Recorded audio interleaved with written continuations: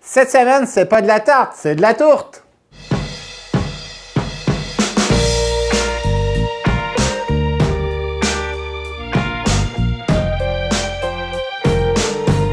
Cette semaine, c'est 3 tourtes merveilleuses que je vais vous préparer. La première, c'est une tourte aux légumes, une superposition de légumes d'automne avec fromage, tomate, oregano. Vous allez voir, c'est vraiment délicieux. Ça fait d'excellents lunch midi, ça se congèle bien, puis c'est rapide à faire.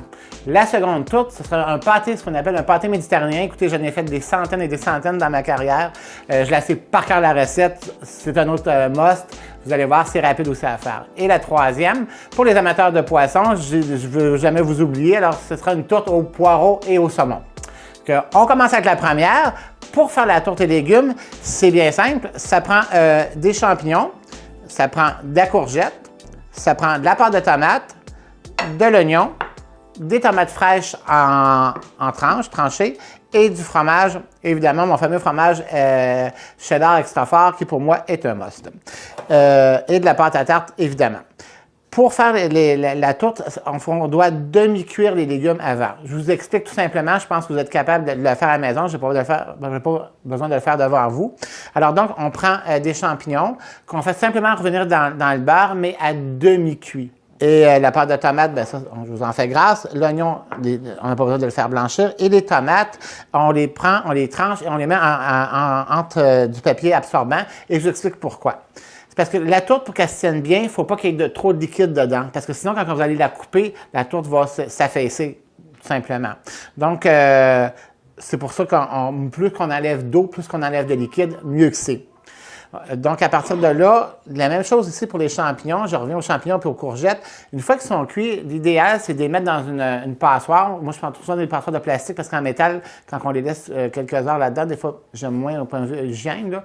Je prends une passoire de plastique, on les met là-dedans, puis on les égoutte comme il faut pour que le gras et le jus qui se trouve dans les champignons ou dans les courgettes soient complètement disparus. C'est ce qui va faire que la tourte va bien se tenir en dernier, plus le fromage qui va faire la structure, OK, comme je dis toujours, notre ciment, OK, entre les couches de légumes, c'est ça qui va venir dense puis bien se couper. La pâte brisée, on a déjà fait ici. Je pense que vous connaissez les recettes. Si vous ne voulez pas la faire, vous pouvez l'acheter toute faite. Malheureusement, cette fois-ci, ça ne prend pas de la pâte au beurre. Cette fois-ci, c'est vraiment de la pâte à tarte que ça prend parce que ça cuit plus longtemps. Et puis, ça prend une texture qui va se casser, se couper plus facilement que l'élasticité de la pâte au beurre. Si toutefois, vous voulez avoir les recettes, ça va me faire plaisir. Vous allez juste aller voir sur le site de la TVCBF et vous savez que les recettes sont toujours là, sont décrites, sont détaillées. Alors là, à ce moment-là, ça sera peut-être plus facile si vous voulez vraiment réaliser la pâte à tarte vous-même. Donc, ma recette à moi. Je commence tout de suite la recette. Ça vous prend... je continue, c'est-à-dire plutôt de la recette. Ça vous prend un moule à charnière. OK, ces moules-là, on les prend un peu partout, vous les connaissez. J'en prends des plus petits. Ici, c'est des moules 6 pouces parce que les tourtes, quand même, c'est assez important comme masse de préparation. Donc, on va facilement servir 6 personnes là-dedans. Si vous préférez de faire plus gros, bien aise à vous, ça va juste prendre plus de temps de cuisson et plus de légumes. C'est pas plus compliqué que ça. Donc, c'est ça. Donc, j'ai déjà pris un peu d'avance en abaissant la pâte à tarte. Ici. Cette pâte-là, il faut la rouler, mais assez épaisse, OK? Parce que, je vous explique, je ne sais pas si on peut bien voir à la caméra ici, l'épaisseur de la pâte, là, c'est que quand il faut comprendre que les tourtes cuisent longtemps parce que c'est épais, sinon pas comme un pâté, comme une tarte ordinaire, ça peut cuire facilement 1 heure et demie, très, très facilement, dépendamment de la tourte et ce qu'on va mettre dedans. Donc, il faut que la pâte soit assez épaisse pour absorber la chaleur, pour pas venir sèche, pour pas brûler. Donc, plus qu'elle est épaisse, plus qu'elle est difficile à cuire, et plus qu'elle est difficile à cuire, plus que la cuisson pourrait être longue. Donc, on se comprend bien là-dessus. Donc, à partir de là, je prends la pâte, et puis je mets ça au fond. Comme ça, je vais partir ça autour de mon petit moule.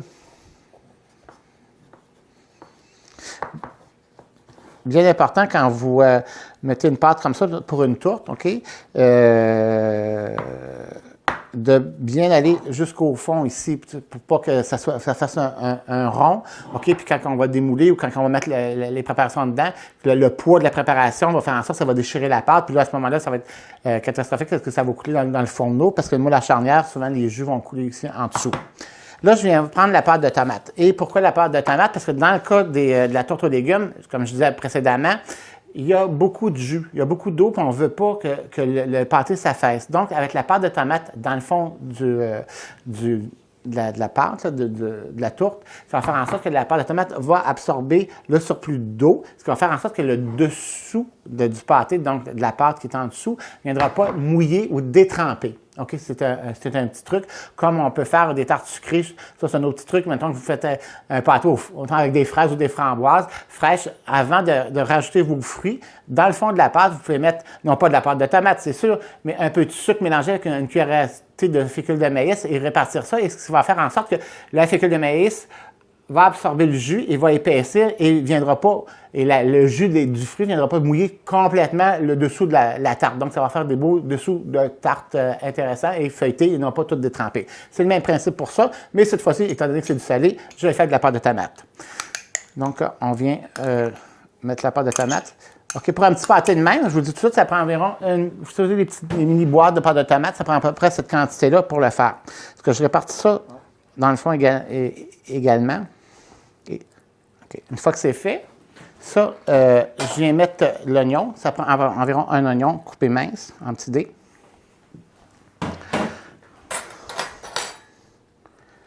Et là, je viens mettre l'épice. Moi, je mets de l'orégano parce que j'aime beaucoup ça, je trouve, avec les légumes d'automne. Donc, je vais mettre une pincée d'orégano dans mon cas, dans le fond. Et puis là, on va commencer à superposer les fameux légumes. Je vais commencer avec les courgettes. Comme je vous dis, pour les quantités, inquiétez-vous pas. Vous allez sur le site et tout sera marqué en détail. Ici. Donc, on les répartit un peu partout. Je vais quand même rajouter un peu de sel et de poivre parce que quand j'ai fait revenir au beurre, je l'ai mis un petit peu. Mais pour pas que le pâté soit fade, il faut en rajouter un peu plus. Surtout la courgette, c'est un peu plus, je vais dire, drabe, là. C'est une raison pour laquelle. Je prends du fromage râpé. Si vous préférez, vous pourrez mettre un mozzarella aussi, ce qui va faire en sorte que la différence entre le mozzarella et le cheddar râpé dans le pâté, le mozzarella va rester plus avec une couche ferme. Vous savez, quand on mange de la pizza, qu'on met du mozzarella, on la sent la couche ferme du fromage, comparativement à du cheddar où il va être plus coulant, il va se marier plus, il va être plus mélangé, pas homogène, mais plus mélangé, c'est ça, avec les éléments. Moi, je préfère ça, ça fait une structure différente, mais si vous préférez, vous pouvez faire du mozzarella, à ce moment-là, les couches vont être encore plus définies. On met du fromage au grès. Ça fait à peu près une demi-tasse ici. Après ça, une fois que c'est fait, je rajoute des champignons.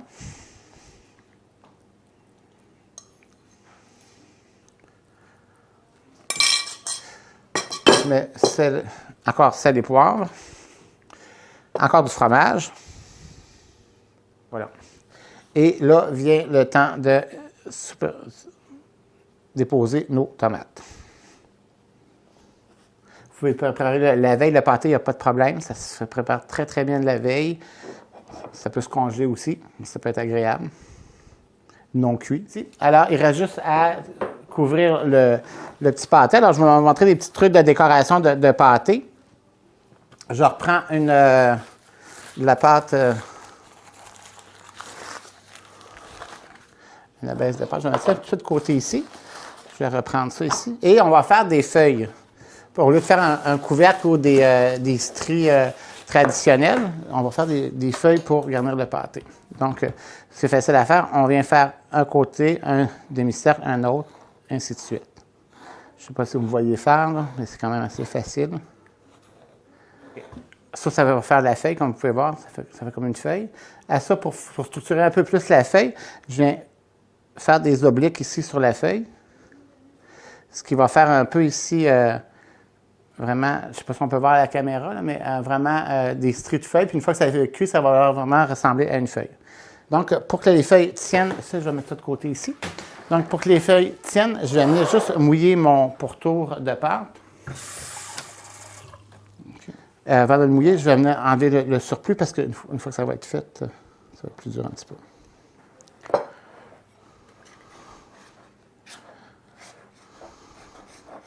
C'est ça, on va mettre ça de côté. Donc, c'est ça, j'amène un petit peu la pâte par en dedans pour pas que le pâté déborde. Et les tomates, eux autres aussi, on va leur donner un petit coup de sel et de poivre.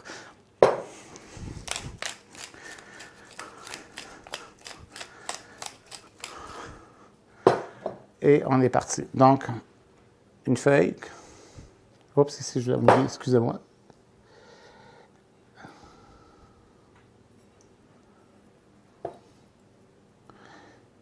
Pour coller ça. Un autre feuille. Et ainsi de suite, on fait le tour. Et ça va faire une fleur, un pâté magique. C'est ce que ça va donner. Ici, pour faire le centre, je vais mettre une petite boule de pâte que je vais mouiller pour bien la coller. Bon, ça, c'est l'étape 1. Vous voyez, ça va faire un beau petit pâté. Ça, je vais le journir, évidemment. Je vais aller me chercher un œuf. On va y mouiller.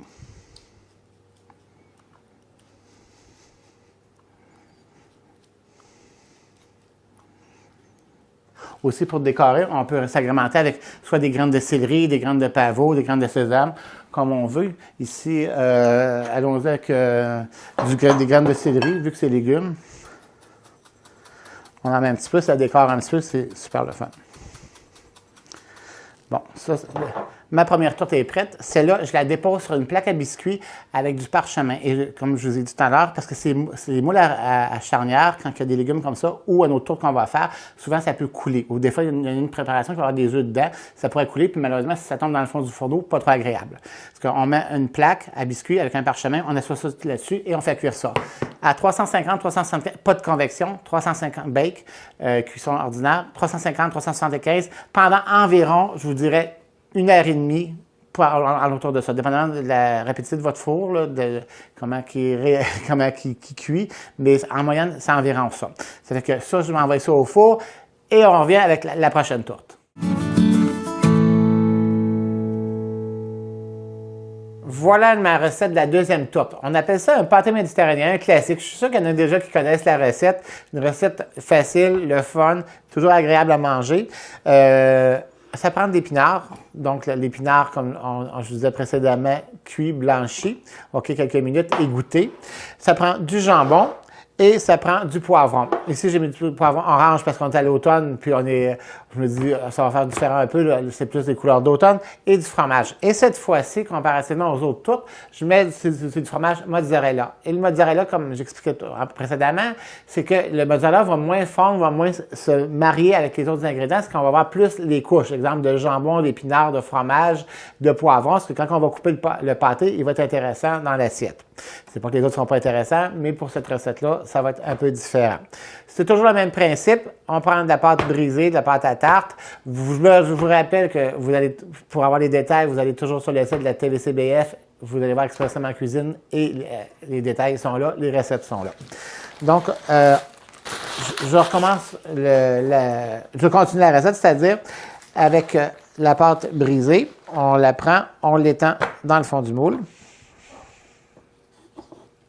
Et n'oubliez pas le fond, le rond du moule, de bien venir presser tout autour pour ne pas faire un rond qui va casser puis que le jus va se disperser en dehors du moule à charnière. Parce qu'en plus, dans cette recette-là ici, il va y avoir des œufs. OK? Et les œufs, ça va faire de la structure et ça n'a rien à voir avec une quiche. Parce qu'une quiche, majoritairement, ce sont des œufs qui constituent la quiche et il y a une garniture à l'intérieur. Alors là, c'est plein d'aliments. Dans notre cas, ici, le jambon, épinard, poivron, etc. Et les œufs viennent seulement faire la structure du pâté pour qu'il se tienne debout. Visuellement, on ne verra pas les œufs, c'est comme un peu dans un gâteau. On sait qu'il y a des œufs dedans qui font en sorte que le gâteau va se tenir debout, va se tenir ferme, va avoir une certaine texture. La même chose ici, mais on ne les voit pas. Donc, c'est le même principe pour cette tourte-là. Dans le fond, celle-là ici, je vais mettre des épinards. Les épinards que je vais répartir. Suite aux épinards, je vais mettre du jambon. Une bonne façon de passer le jambon, un reste de jambon, c'est extraordinaire. On le coupe en petits dés. Sinon, vous pouvez le hacher si vous préférez. Ça va être plus homogène. Vous allez avoir une couche plus droite en le hachant parce que les œufs vont faire que la structure va se mêler dedans. Ça va faire vraiment droit. À l'achat, j'aime bien le côté un peu rustique des pâtés. Ça, je vais mettre du fromage.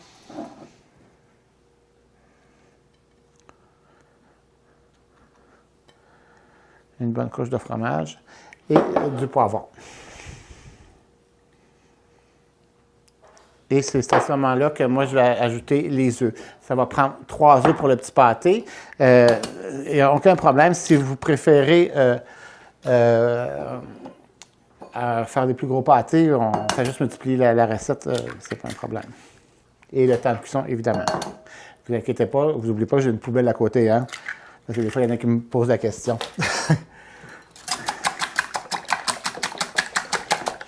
On défait l'œuf, on le fouette. Je vais saler et poivrer mon œuf.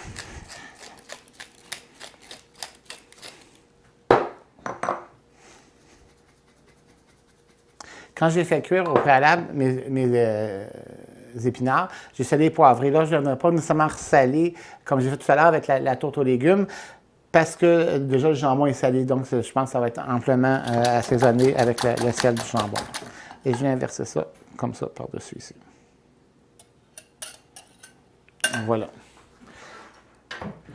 Une fois que c'est fait, je reviens continuer les étages de jambon. Donc, je vais rajouter de l'épinard. Et voyez-vous, ici, il y a du jus d'épinard là-dedans. Ça, vraiment, c'est mieux de presser l'épinard pour éviter le jus, parce que plus qu'il y a de jus, plus qu'il y a d'eau, c'est toujours le même principe, moins que le pâté va se tenir ferme, parce que le jus va faire en sorte de détremper les couches, puis à ce moment-là, la structure va être moins dense, moins intéressante quand on va vouloir le couper. Et le manger, la structure, pour le goût aussi. Donc, ça, je vais rajouter ici le reste du jambon. Et du fromage.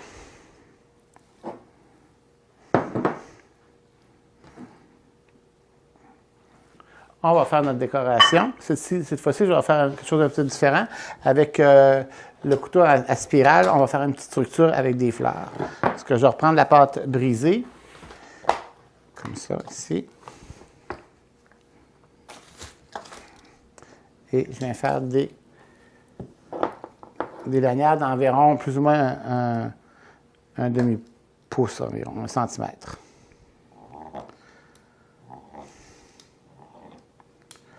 Voilà. Je viens mouiller le pourtour et pour que ça colle bien, je vais prendre de l'œuf, de jaune d'œuf, parce que l'œuf, en cuisant, va coaguler, ce que la structure, ce qui colle au bas, va se tenir. Parce que si je mets juste de l'eau, des fois, l'eau, ça va faire aussi, mais l'eau va sécher et la pâte ne va pas coaguler ensemble, va plutôt se séparer, puis des fois, le dessus va rétrécir. Donc, je vais mettre juste un petit peu d'œuf autour de la pâte pour faire la magie de la colle là, en cuisson. On va mettre ça ici. Donc, je viens faire des stries.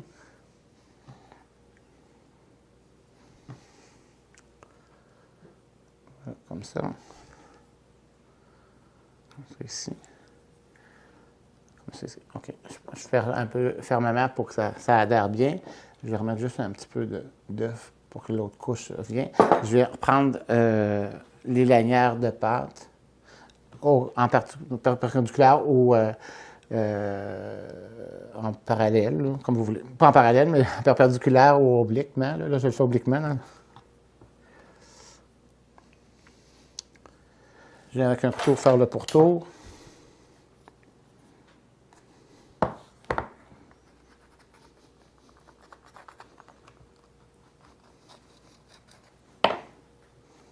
Si vous avez remarqué, je coupe un peu plus large sur le rebord. C'est parce qu'après le moule à gâteau, il y a un petit rebord, mais je viens couper en dessous de ça la pâte. En fait, ça va me donner un peu plus de latitude pour pouvoir replier la pâte, pour pas que l'intérieur déborde puis que ça soit bien scellé. Ce que je vais juste revenir replier ça comme ça par-dessus, en pressant un peu. Puis là, avec mes doigts, je vais venir faire des petites dents pour bien sceller le tout. En plus que la magie de l'œuf en coagulant va sceller le pâté. Voilà pour le dessus du pâté. Je vais prendre des petites lanières de pâte ici. Et on va faire des fleurs. Comme ça. On va en prendre quelques-uns. Ce qu'il y a juste à faire, c'est qu'on prend une lanière comme ça et on commence avec les doigts. On vient faire un cercle et on twiste un peu à travers la pâte, on twist, on twist, on twist, on twist, et ça vient faire comme une petite rose. OK? Cette petite rose-là, on vient, avec de l'œuf, on vient la coller sur le dessus. Je vais en refaire un autre.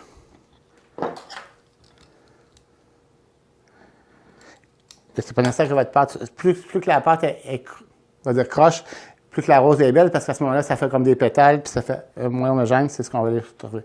Donc, on recommence, je reprends, je fais en autour de mon doigt un cercle, je twist la pâte, je twist, je roule, je roule, je roule, et ça fait ma fleur. Je suis sûr que vous avez compris, mais pour la beauté du pâté, je vais en faire une troisième tout simplement. Parce que je vais venir coller ça. Donc, je retourne dans le tour de mon doigt, je twist la pâte, je twist, je twist, je twist, je twist, je twist, et je ramène le bout de pâte à l'intérieur. Donc, ça fait mes 3 petites roses du pâté. Même chose que toujours avec de la pâte brisée ou de la pâte au beurre, on vient jaunir le tout pour avoir un côté lustré et doré au pâté. Je vais juste rajouter un petit peu d'œuf en dessous. J'en mets partout. Voilà. OK. OK, c'est bon avec ça. Parce que là, cette fois-ci, je vais garnir avec un peu de graines de pavot. Et j'aime bien, pour attirer l'œil, de déstructurer, de repartir à la même place les graines de pavot. Ça fait un petit peu un côté spot que j'aime bien montrer, au lieu que ce soit tout homogène. Et à ça, toujours mettre une tôle à biscuit avec un parchemin et asseoir le pâté par-dessus avant de le cuire, parce que les moules à charnière et ces pâtés-là contiennent quand même des liquides et ça peut couler et c'est moins intéressant pour le fond du fourneau. Donc, on envoie ça comme ça au four, 350-375 à bake, non pas à convection, environ 1h30, toujours la même cuisson pour le genre de pâté. Si les pâtés sont plus gros, bien, ça va être plus long à cuire tout simplement. C'est que celle-là est faite, j'envoie ça au four, on fait notre troisième. On est rendu à notre troisième tourte, la tourte au saumon, facile à faire. Ça prend du poireau, du saumon frais et du fromage. Je suis revenu avec mon fromage cheddar extra fort et ça va prendre un petit peu de béchamel pour donner un côté crémeux au poireau pour que la tourte, quand on l'a séparée, que ça soit comme agréable à manger. Voilà le terme. Si vous n'avez pas de béchamel fait, c'est une béchamel numéro 2, pas de problème. Vous pouvez prendre soit une boîte de crème de céleri en conserve, des soupes non diluées, ou encore une crème de poulet qui pourra faire aussi la job, comme on dit. Toujours le même principe. Alors donc, j'ai mis ma pâte à l'intérieur de mon moule à charnière. On prend le poireau qui était simplement passé au beurre, cuit à demi, pour garder le côté un peu croquant du poireau. De toute façon, comme vous savez, ça va recuire après. On met du fromage. Et puis ici, je vais mettre un peu, pas beaucoup, un peu de béchamel numéro 2. Comme je vous dis, c'est juste pour donner un côté un peu moelleux, onctueux au poireau. Sel et poivre.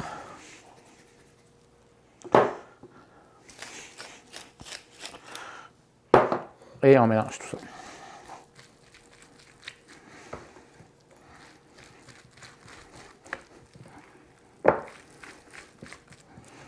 C'est des recettes qui sont faciles à faire, rapides à faire. Peut-être que le côté le plus long, c'est peut-être de demi-cuire les légumes au beurre puis de les égoutter. Une fois que c'est fait, le restant, ça va quand même assez vite, assez rapidement. C'est amalgamé. Je commence par mettre la préparation de poireaux dans le fond de mon moule.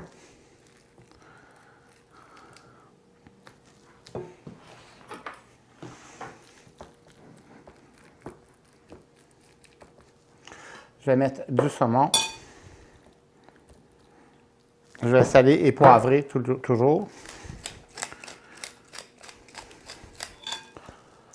On remet du poireau.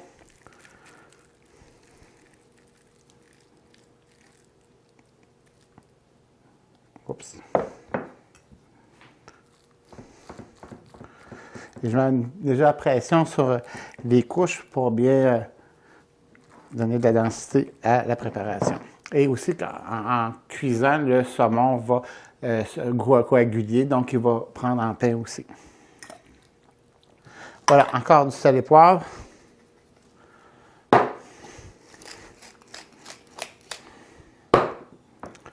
Et le reste du poireau.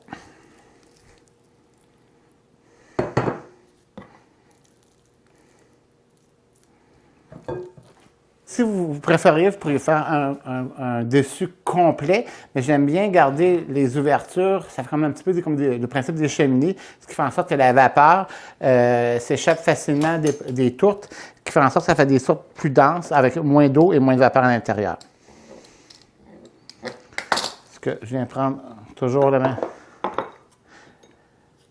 avec un peu de faux tour pour coller la pâte.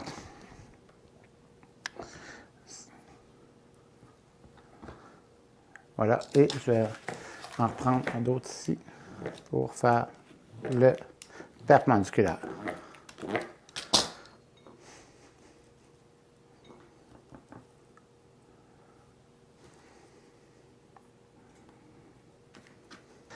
Ici, pour terminer, je vais peut-être mettre des graines de sésame pour faire différent un petit peu. On a fait graines de céleri aujourd'hui, graines de pavot. Alors, allons-y avec les graines de sésame.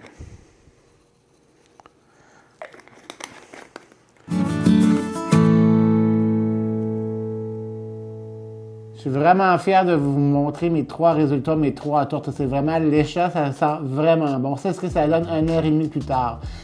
Je vais le couper en deux pour vous montrer l'intérieur, qu'est-ce que ça peut avoir l'air. Écoutez, regarde, c'est beau. Wow! Et ça sent vraiment bon. Je suis vraiment fier de moi. Parce que ça, c'est une pâte mystérieuse avec le jambon. Donc, on peut voir les couches à l'intérieur de jambon, d'épinards, de fromage. Et comme je vous expliquais au début, le fromage mozzarella, il a bien tenu ses couches. On voit la ligne. On peut couper aussi le pâté aux légumes de la même façon. Ici, en deux. OK. Le pâté aux légumes, on voit des couches de pâte de tomate, de fromage, zucchini, mozzarella, etc. Et ça sent vraiment bon, je vous jure. Vous pouvez accompagner ça juste d'une salade, puis le repas est fait. Tant que celui au saumon, ben, allons-y gaiement.